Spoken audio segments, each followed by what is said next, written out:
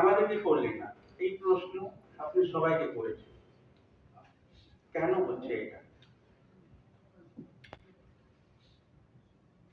একটা জিনিস সবাইকে আমি বলি, রাজনীতি সব থেকে আগে একটা সাইকোলজিক্যাল গেম।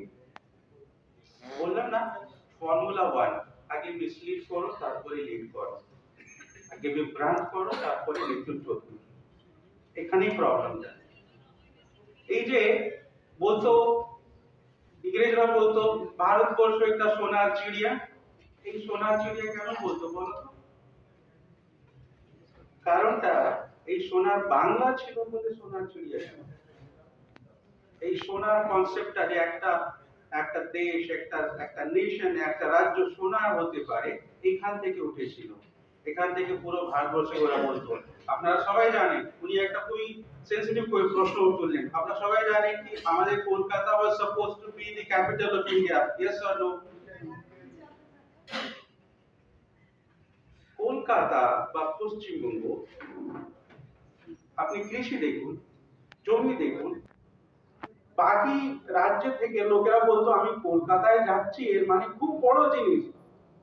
আজকে যখন আমরা ইউরোপে যাই, আমরা বলি আমি ইউরোপ বেড়াতে যাচ্ছি, আগে 30 বছর আগে লোকেরা বলতো কলকাতায় যাচ্ছি। That charm is gone, it is lost. কেন? তাহলে সেই পুলিশিং সিস্টেমটা যতই এক্সেলেন্ট অফিসার থাকুক এবং তার একটা লোকবল থাকুক, তারা কিছুই করতে পারবে না। আপনি যদি আমাদের স্ট্যান্ড পয়েন্টে জানতে চান,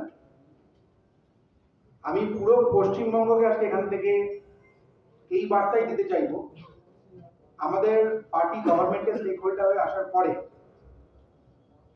police will be given an absolute authority two operate in their own areas of jurisdiction. Cricket ম্যাচে আম্পায়ার শেষ কথা বলে, ল অ্যান্ড অর্ডার ম্যাটারে পুলিশের জুরিসডিকশনটা যেখানে আছে, police will speak the last word.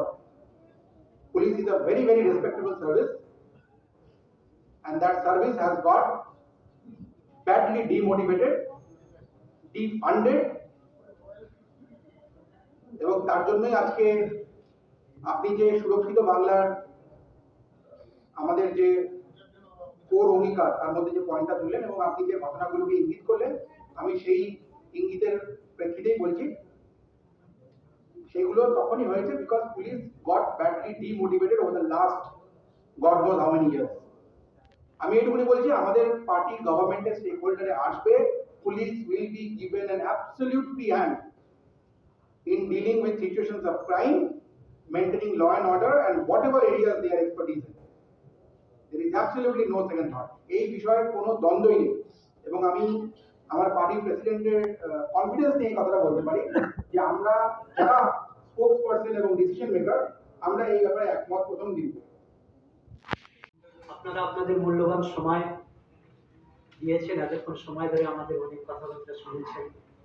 আমাদের উদ্দেশ্য, আমাদের লক্ষ্য, আমরা কোন দিকে আগাতে চাইছি, আমাদের চিন্তাধারা সম্পর্কে বিস্তারিতভাবে আলোচনা হয়েছে, এবং আপনাদের মধ্য থেকেও অনেকের অনেক কথা, অনেক প্রশ্ন যেগুলো ছিল, আপনারা অনেক প্রশ্ন করেছেন, আমরা সেগুলোকে যথাযথ উত্তর দেওয়ারও চেষ্টা করেছি।